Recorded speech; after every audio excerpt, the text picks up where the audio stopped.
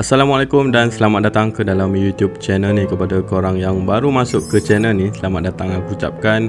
Dan kepada korang yang dah subscribe tu, thank you so much. Okay guys, untuk video pada kali ni aku nak berkongsi tentang cerita seram yang dikatakan berlaku di salah sebuah kondo yang berada di Kuala Lumpur. Dan kondo yang dimaksudkan tu adalah kondo setapak ria. Kondo setapak ria ni memangnya agak famous lah dengan cerita-cerita seram. Dan dikatakan sebelum kondo ni dibangunkan, tapak asal kondo ni sebenarnya adalah merupakan sebuah kawasan tanah perkuburan lama. So tanpa melengahkan masa, jom aku share cerita ni dengan korang. Untuk cerita pada kali ni, aku akan share tentang satu kisah benar, iaitu pengalaman seram yang telah dikongsikan oleh seorang tukang wiring yang pernah diganggu ketika membuat kerja-kerja maintenance di kondo setapak ria ni. Tukang wiring ni bernama Zamarul. Dah menjadi kebiasaan bagi Zamarul untuk ke kondo tersebut sekiranya terdapat aduan tentang kerosakan yang berlaku dekat setapak ria ni. Nak dijadikan cerita, ada satu hari tu Zamarul telah menerima satu aduan daripada penghuni yang berada di tingkat 19 tentang kerosakan lampu tangga yang tidak menyala.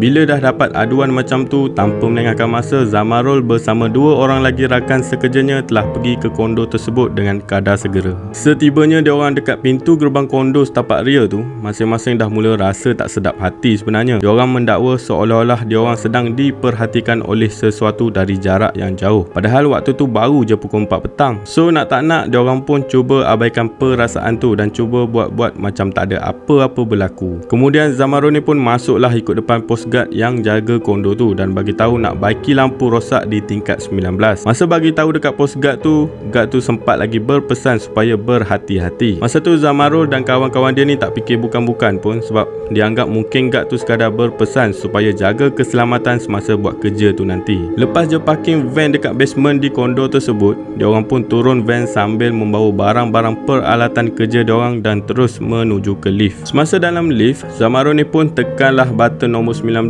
dekat lift tu sebab aduan yang diterima mengatakan ada beberapa lampu yang tak menyala dekat aras tersebut. Selang seminit kemudian, diorang pun sampailah ke tingkat 19 dan pintu lift pun terbuka. Masa Zamarul dan kawan dia keluar daripada pintu lift tu, secara tiba-tiba diorang dapat rasa macam ada angin yang sangat kuat datang menerpa ke arah diorang. Tapi masa tu diorang ni cuba untuk bertenang dan relax sebab diorang fikir tugasan belum selesai. Kemudian diorang ni pun prepare lah apa-apa yang patut sebelum memulakan kerja penukaran lampu-lampu dekat tingkat 19 tu. Sementara tu Zamarul ni pun ada buatlah sedikit rondaan dekat kawasan sekitar aras 19 tu sebab dia nak double confirmkan berapa lampu yang perlu ditukar. Dan dalam pada masa yang sama, dia mendapati setiap pintu rumah yang berada di aras tersebut semuanya berkunci dan kelihatan agak usang, seolah-olah tingkat 19 tu macam tak ada penghuni langsung. Bila dah settle, double check apa semua, Zamarul dan kawan dia pun memulakan kerja-kerja penukaran lampu dan ada membuat sedikit pengubahsuaian wiring dekat aras 19 tu. Hampir 3 jam berlalu, tugasan dia orang pun selesailah dan Zamarul ni pun keluarkanlah phone dia untuk ambil gambar selepas siap kerja-kerja pemasangan untuk send report ke dalam grup company dia. Tapi entah kenapa, semasa Zamarul ni nak tangkap gambar pada masa tu, secara tiba-tiba handphone dia jam. Bila dia restart balik pun jam juga. So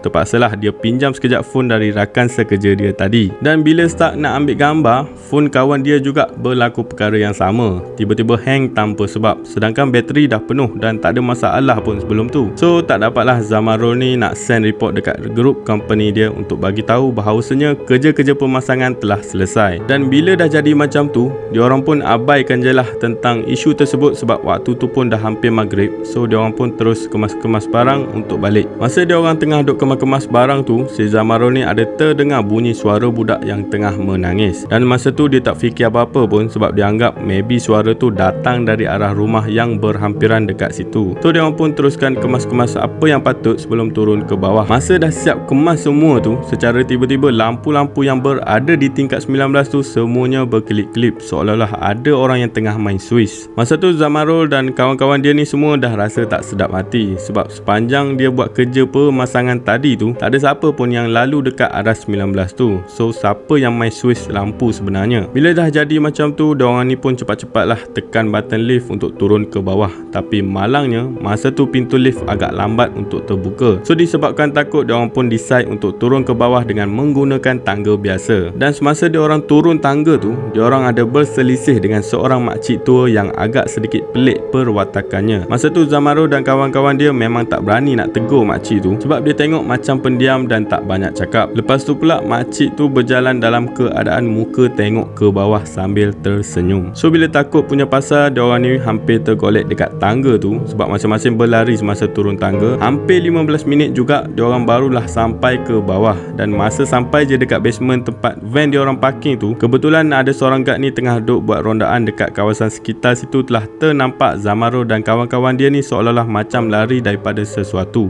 dan guard tu pun datanglah menghampiri diorang. Kemudian Zamaro ni pun ceritalah apa yang berlaku sebenarnya. So bila dah dengar cerita daripada Zamaro tadi, guard ni pun buka lah cerita yang mengatakan sebenarnya tingkat RA19 tu memang dah lama tak ada penghuni. Dan Zamaro ni pun pelik lah, kalau tak ada penghuni, bunyi suara budak menangis tu datang daripada mana sebenarnya? Dan siapa pula makcik tua yang diorang selisih dekat tangga RA19 tu? Disebabkan kejadian tu pada keesokan harinya, salah seorang daripada kawan Zamaro ni telah demam panas secara tiba-tiba. So diorang pun terpaksalah bawa member ni untuk pergi ke klinik berhampiran, dan dalam pada masa yang sama bawa pergi jumpa ustaz untuk minta air tawar supaya pulihkan balik semangat kawan diorang tu. So sejauh mana kebenaran cerita ni hanya Zamaro dan kawan dia je yang tahu. Kalau korang rasa tak percaya, maka korang anggap je lah cerita ni hanya sekadar untuk hiburan semata-mata. So itu je lah cerita berkenaan dengan kisah seram yang berlaku dekat setapak Ria ni. Okeylah, aku rasa sampai dekat sini dulu untuk video pada kali ni. Terima kasih kepada korang kerana sudi support channel ni, dan juga terima kasih banyak-banyak sebab korang sudi tengok video ni dari awal sampai habis. Dan kepada korang yang belum lagi tekan button subscribe tu, korang boleh tekan button subscribe sekaligus tekan butang loceng supaya korang tak terlepas untuk dapatkan notification video-video terbaru daripada channel ni. Apa-apa pun, Assalamualaikum dan terima kasih. Biar saya kata jumpa lagi.